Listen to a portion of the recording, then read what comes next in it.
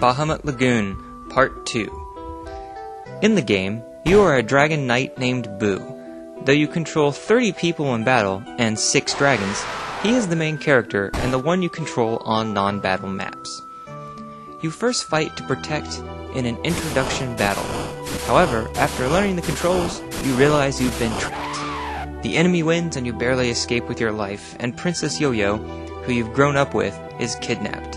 And yes, that's her real name. There are hints that you both may be more than friends later throughout the game.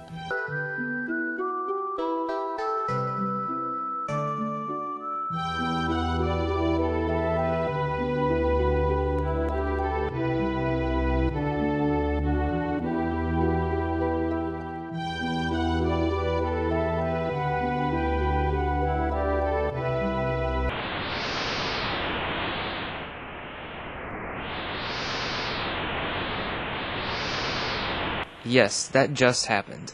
The game starts off with you having lost the entire world. Saucer has conquered it, and it's taken you over a year to gather other fighters to oppose him.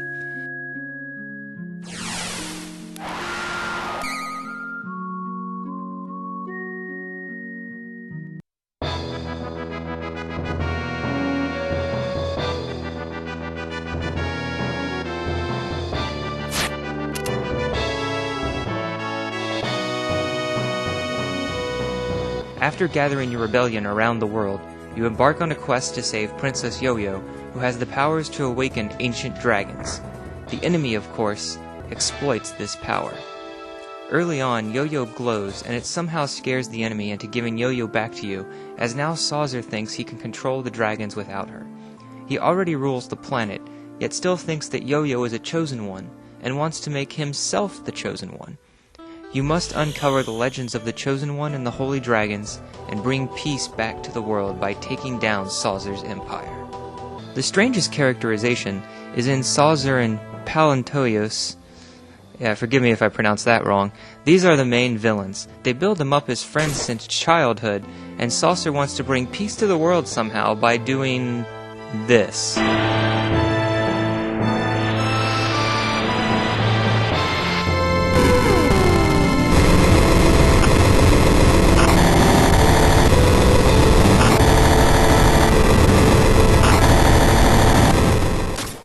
Then there's this cheesy sin with them both and establishing their bonding.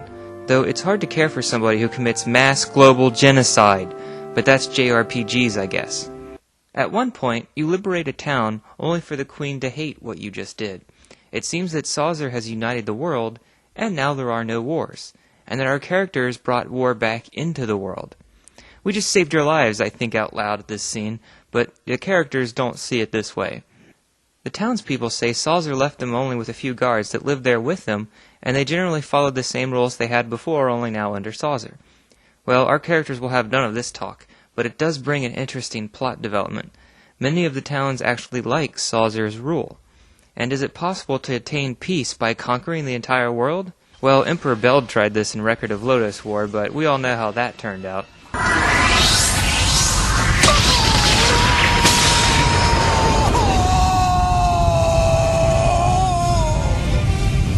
With over 30 playable characters and many more NPCs, each character has a personality, such as Dunfar the Womanizer,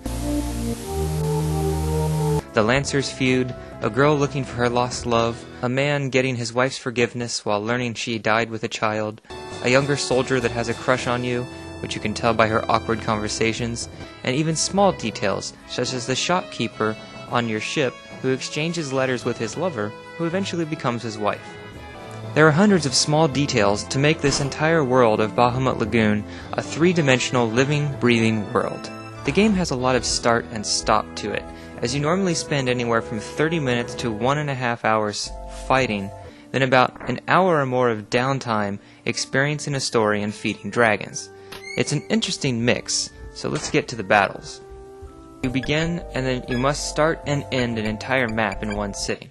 This means you can spend up to 2 hours for each battle, only to eventually lose. This makes the game challenging at first. If you are unlucky enough to not add variety to your dragons, you might find yourself in a tough situation.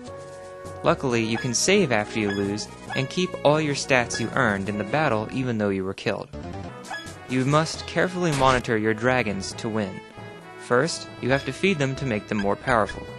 Second, you need to establish your party based on your preference. Heavy fighters can move a large number of spaces, whereas priests, who only wear robes, can move a lot further. But if you separate like classes apart, they will have less bonuses to their attacks, so you have to be mindful of each 4-person party you choose. Third, you must establish who is on what dragon. If a dragon has no holy spells, for instance, you don't want any of your healers on it, or else they will not be able to heal the entire level, as your spells are drawn from your dragon's power. Finally, you go onto a battle grid, where you and the enemy take turns moving your players across the board. You have to learn to use the terrain to your advantage, as you can burn bridges with enemies on them to have them drown, but this can also happen to you. Luckily, you can cast ice on any water tile to make a bridge. This is useful to split up your parties on some levels. There are other things like autocannons and even dams you can unleash on your enemies, but they all require strategy. If you send everyone to the dam, the enemy will heal itself completely from that damage before you can even walk down there and attack them. Most of the time, you will need thunder for the maps, as thunder destroys autocannons, bridges, and fortress barricades so you can progress toward the enemy.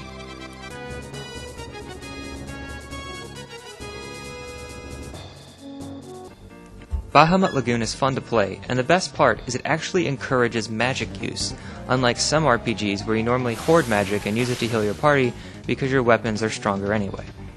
In Bahamut Lagoon, the items you get from battles are specific to the type of magic that killed an enemy or multiple enemies.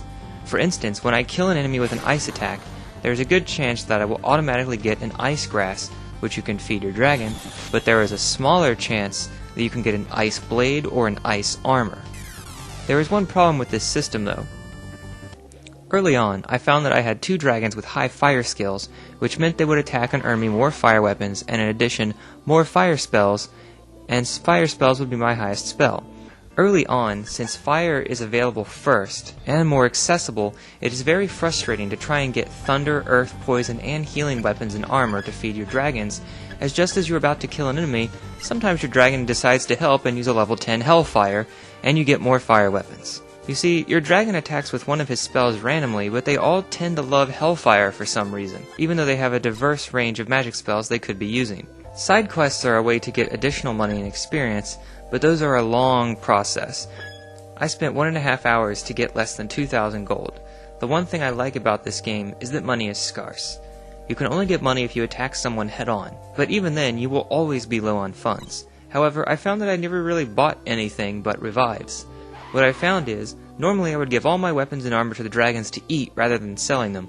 This way I had 3 very powerful dragons. I found that level 4 was a very hard level because it had these huge, far-range cannons and lots of castle terrain to get through, and if you sent your dragon forward to attack, he would normally die before you got there. After this hurdle though, you can earn tons of armor and weapons, and I nearly maxed out much of my dragon's powers quickly, meaning the last 6 or so levels have been fairly easy. I'm not in that hurry to finish the last few levels because it seems too easy. Sizer, the ruler of the known world, has just communicated to a holy dragon. Some of the monsters and at least one holy dragon have decided they want him to be the chosen one to lead them into the next era. The future looks challenging.